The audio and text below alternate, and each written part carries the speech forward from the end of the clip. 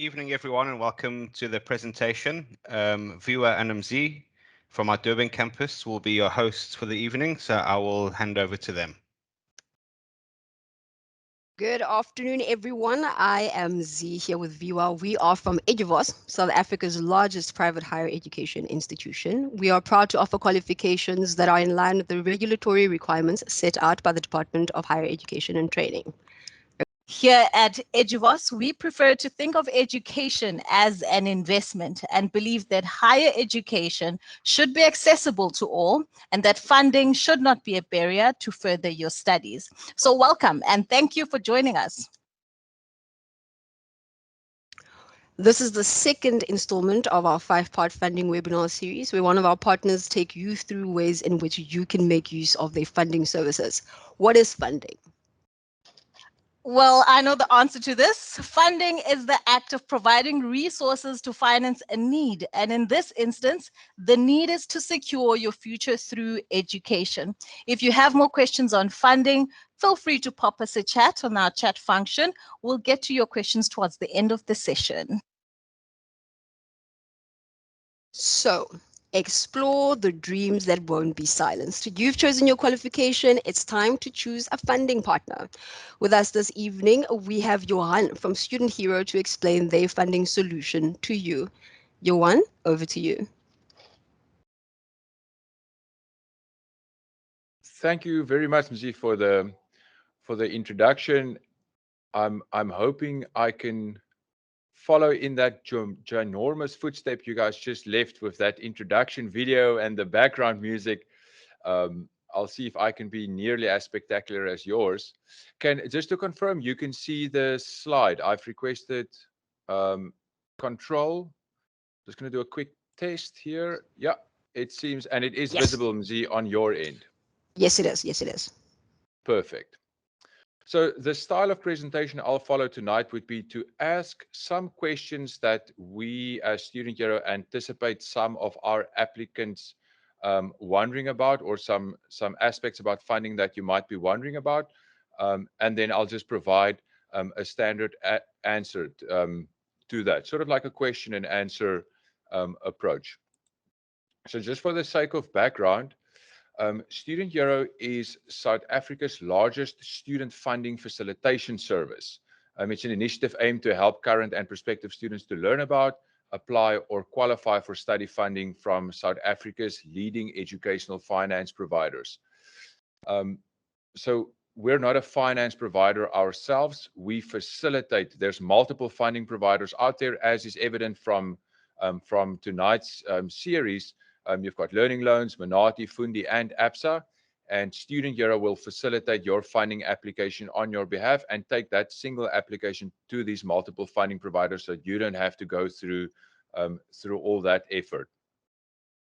So with that said, the most important question here is, when should someone consider financing their studies? So there are multiple reasons why it might be better for someone to finance their investment in education as to paying cash for it upfront. The number one reason to finance would be because it enables you to hold onto your savings for a rainy day while you're using a finance provider's money to pay the educational institution. You don't necessarily have to finance your education out of necessity. The extended repayment term associated with financing can reduce the monthly payments in line with what is comfortable for your particular financial situation, thus making it simply just more comfortable for you to invest in education, so you don't have to sacrifice too many of your creature comforts. See if I can keep up with my slide. So that was the first one.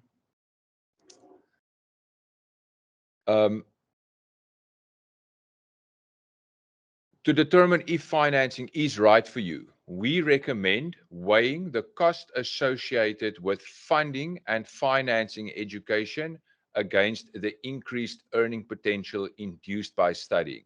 That would be how you calculate the return on any investment, but with an investment in education, the return on that investment is the student's future earning potential, or the increased earning potential that you unlock by studying. So that has to always be weighed against the cost or the additional cost that is associated with financing. Next question is then, how is student finance different from other finance products such as property or vehicle finance? And what are the costs associated with taking out student finance? So educational finance providers appreciate how important it is to invest in education. And they clearly express this appreciation in the way that student finance is priced and to be repaid. So student finance is priced at an interest rate of prime up to prime plus 7, which is a very, very low interest rate if compared to other finance products. But the most unique feature of student finance is in that the repayment of the principal amount, that is the finance amount that is required to fund the studies, can in some cases be deferred until the student finishes their studies. This repayment structure affords the student time to start earning an income before starting with the repayments of the principal amount. As a result of which, student finance is by far the most affordable type of finance offered by the South African finance providers.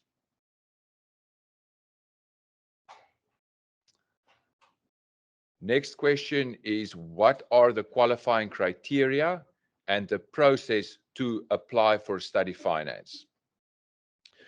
So a finance provider will look at mainly two things to determine if an applicant can qualify for finance. Those are the applicant's affordability and credit score. A funder will want to see that an applicant can actually afford the monthly finance installment. The affordability is calculated by deducting the fixed fixed expenses such as rent, essential living expenses, and other credit commitments from the applicant's net income. The surplus, what is left after doing those deductions from the net income, has to be more than the finance installment. Then the finance provider will see that you've got the necessary affordability to service that finance installment. It's important to keep in mind that to meet affordability, funding providers will also consider additional income, such as commission, a bonus, or income from rental, and even allow an applicant to add a second person's income as part of the affordability calculation. So if the household has maybe a second income, maybe a mom and dad, or even in the extended family, sometimes there might be someone that's willing to support that student. That person's income can be added to the application. So it's very important to notify Student Bureau about the availability of additional income, and also if there is a second household income or any second income or a second person who's willing to support that student with funding their education. Credit score. So your credit score does not have to be perfect to qualify for study finance. Student Bureau is partnered with multiple funding providers, as I mentioned in the introduction, and each of them has a unique qualifying criteria, some more relaxed than others. So if you are not sure about your credit score or your affordability, feel free to reach out to Student Bureau for a commitment-free pre-qualification, after which you can weigh your options. A full-time student would need a sponsor to apply for finance. The sponsor is the person who will be paying the finance installments while the student studies. As I mentioned before, it's the same more or less with identifying a second person's income, or a person whose income can support with the affordability. The sponsor has to be someone with a South African bank account and a steady income, and it can be one of the student's parents or anyone else who is willing to support the student with the finance application. A student can do a finance application in their own name if they are currently employed and will remain employed. Then they don't need the assistance of a sponsor. But a full-time student who's not going to be able to service those finance installments would need a sponsor to support them with the finance application. So I'm going to now move over more to the boring stuff, which is what type of documents are required and the process and so forth. And this is very much the same across the board for every funder would need some form of documentation to be able to verify the information that you provide to them. So the following documentation has to be submitted to Student Euro before we can actually connect your application to a funder for final consideration. And keep in mind that none of these, at least for Student Euro, has to be certified copies. And I think at this stage, I also want to mention that before I said that if you're not sure about your affordability or you're not sure about your credit score, you can reach out to Student Euro for a commitment-free pre-qualification. There's a difference between doing the pre-qualification. We just show you that, if you were to proceed with and submit a final loan application, there would be a very high chance of you succeeding with that application. Just to get that indication, that estimate outcome, you don't need any supporting documents. The supporting documents are required when you want to move from your pre-qualification to submitting a final loan application to a funder for payout to the educational institution. So just to get back to the documents, if it's an application that is using a sponsor, for the sponsor, we will need a clear copy of their ID document, their latest 3 months personal bank statements, latest 3 months payslips, and a proof of residence. For the student, on the other hand, we'll need a copy of their ID.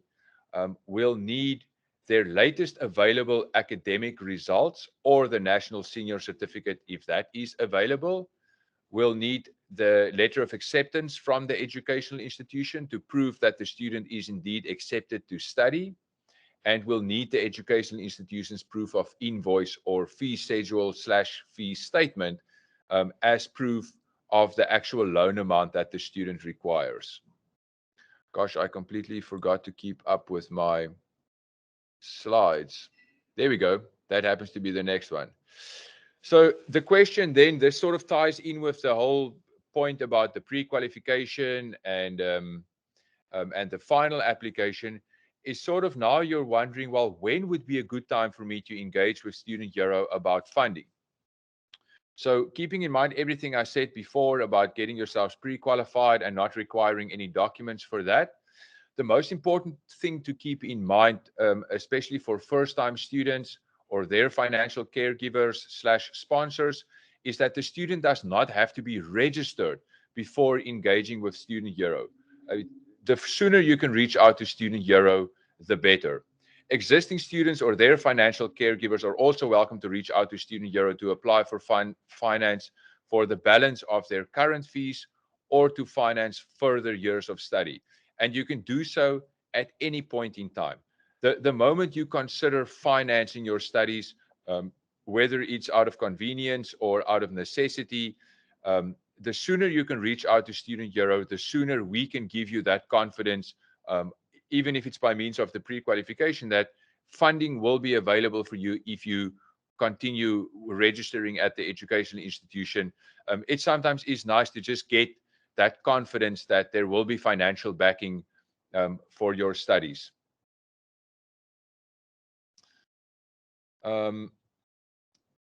Yeah, so also keep in mind that the finance application itself, when you move to a final loan application, that application can take between a few days and up to a few weeks to finalize.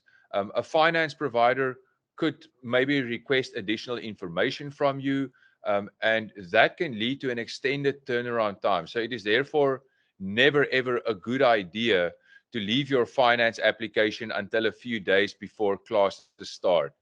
The sooner you can get this out of the way and have that peace of mind, the better.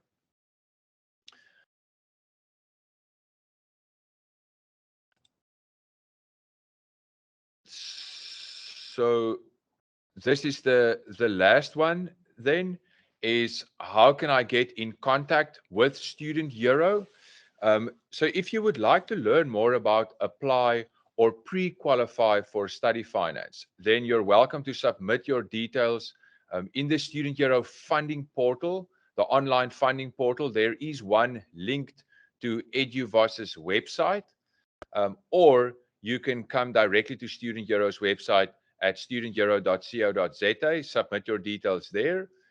And you're also very welcome to request your student advisor or your admissions consultant, HEC, MZ. You can just, when I'm done here, just get the right terminology there. But whoever is your contact person at Eduvos, whoever is assisting you with your student affairs, with your financing related things at Eduvos, or who's helping you um, to to register, that person would also be more than happy to connect your contact details to Student Euro, and then Student Euro will give you a contact and deal with all your inquiries and take you through the whole process, or maybe just confirm some of the stuff that I explained here if it was a bit too quick.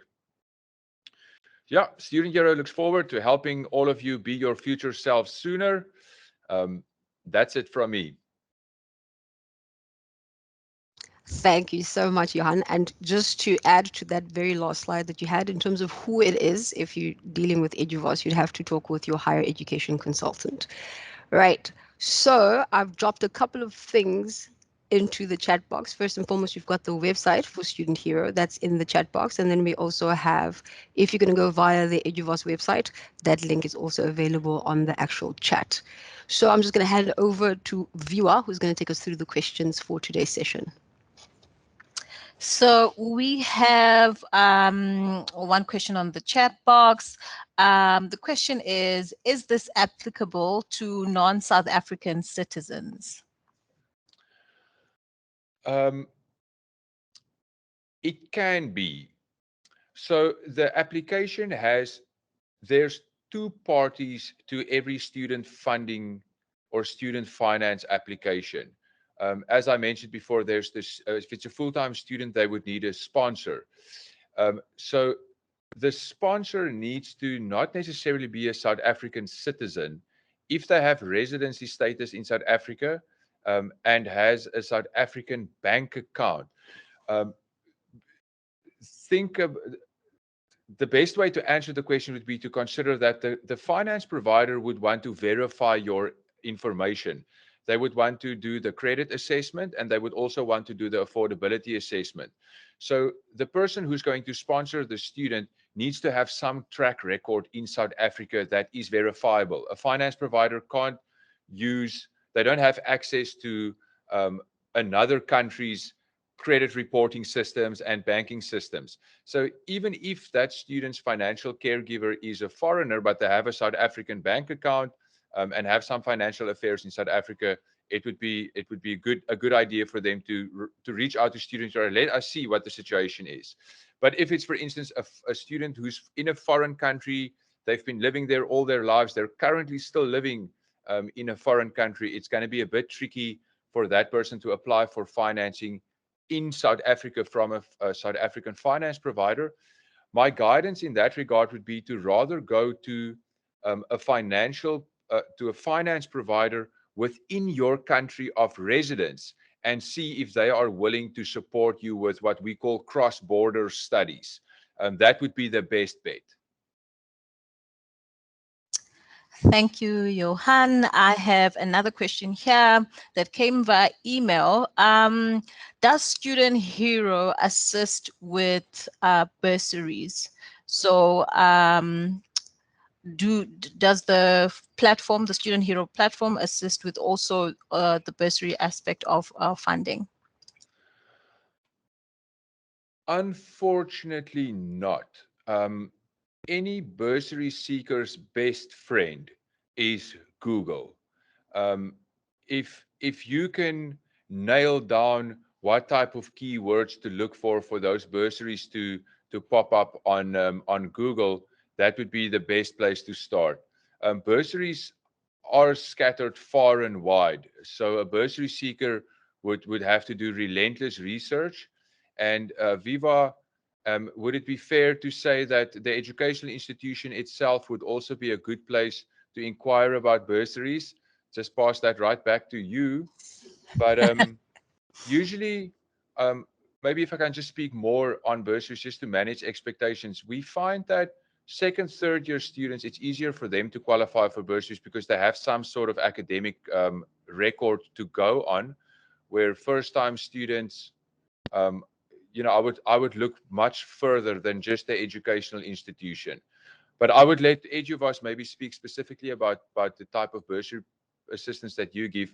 We usually just refer customers to Google. There are a lot of bursary providers out there. Um, you also just need to understand which ones provide bursaries for public institutions and which ones support private institutions, so that you can really focus on the correct ones. But names that pop up that you'll see a lot would be Study Trust, um, um, is one that I'm thinking of now that has a very comprehensive bursary database that you can go to. There's bursaries ZA.co.za that also has quite a lot of bursaries listed on it. So there are platforms that would put all the bursaries. They would basically put all the bursaries onto one platform, and you can just go through them there by different criteria. But unfortunately, Student Hero is more in the finance space, not so much in the bursary space. Thank you, Johan, and you're absolutely right about Google. We have, I think, about 3 more questions. What are the academic requirements for finance? Financing, the two qualifying criteria that I mentioned earlier are basically affordability and credit score. At no point would a credit provider consider a student's academic performance as part of the qualifying criteria for a finance application. But I don't know if this would be appropriate, but if you are a student, if it's a student that asked this question and your parents are applying for finances to support you through your studies, um, I would hope that you would have 110% A grades all the way.